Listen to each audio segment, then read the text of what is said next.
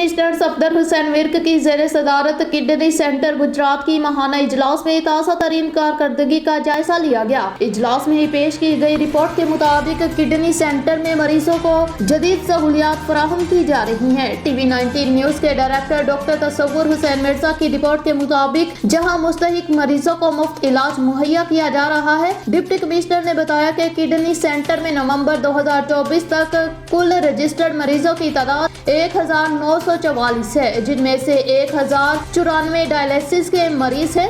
नवंबर के महीने में 291 मौजूद डायलिसिस मरीज जेर इलाज थे, जबकि 21 नए मरीजों का इंदराज किया गया। डिप्टी कमिश्नर ने बताया कि अब तक किडनी सेंटर में मजमूई तौर पर 1,88,615 डायलिसिस किए जा चुके हैं। नवंबर में 2923 डायलिसिस मुकम्मल मुफ्त किए गए। डिप्टी कमिश्नर सफदर हुसैन विर्क ने मुखय्यर हजरात से अपील की कि वो इस फलाही मंसूबे में अपना हिस्सा डालें ताकि मुस्तहिक मरीजों को मज़ीद बेहतर सहूलियात फराहम की जा सके। इजलास में मियां मोहम्मद एजाज, मजहर इकबाल, चौधरी नासिर महमूद, राजा गफूर ऑफ जर्मनी और शेख तारक महमूद समेत दीगर मुखय्यर हजरात और मेंबरान मौजूद थे। इजलास में बताया गया है कि पंजाब हेल्थ केयर कौंसिल की जानब से वज़ा करदा SOPs पर काम किया जा रहा है, जबकि 37 में से 27 अहदाफ को हासिल किया जा चुका है।